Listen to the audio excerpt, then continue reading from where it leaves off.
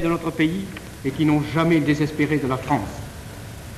Il m'est infiniment agréable de saluer à vos côtés très respectueusement vos admirables compagnes. Qu'il me soit permis de leur dire que la ville de Paris considère leur présence ici comme un privilège particulièrement digne de sa reconnaissance.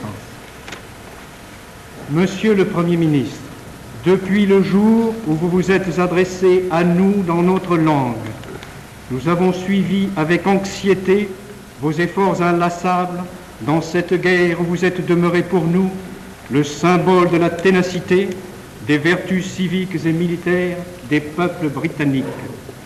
Nous avons admiré votre sérénité dans les heures troubles. Nous avons applaudi à vos succès dans les jours heureux. Sous l'inspiration et l'impulsion du général de Gaulle, nous avons essayé de vous aider au mieux de nos forces et malgré nos difficultés dans la bataille libératrice que vous avez gagnée. Bien des fois, au cours de l'histoire, mes prédécesseurs ont eu l'honneur d'accueillir ici les souverains et les premiers ministres de la Grande-Bretagne. Mais votre visite aujourd'hui revêt une grandeur plus émouvante. Nous avons souffert ensemble, nous avons lutté ensemble, et grâce à vous, il nous sera possible de vaincre ensemble. Monsieur le Premier ministre, je voudrais vous dire la fierté ressentie par le Comité parisien de la Libération, représentant de la population parisienne, en vous recevant aujourd'hui dans son hôtel de ville. Vous, le premier ministre du grand pays allié de la France.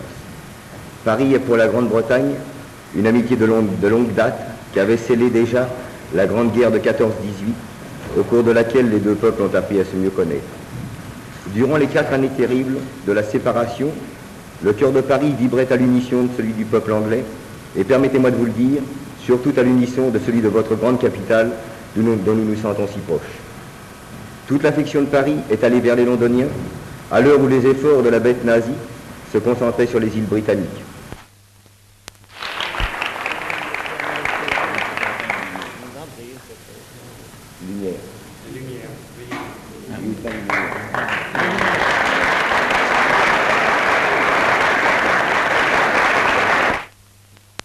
Ah, les braves policiers. Ils étaient toujours en avant.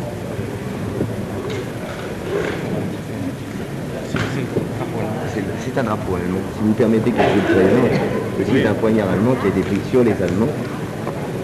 Et voici le drapeau à croix gammée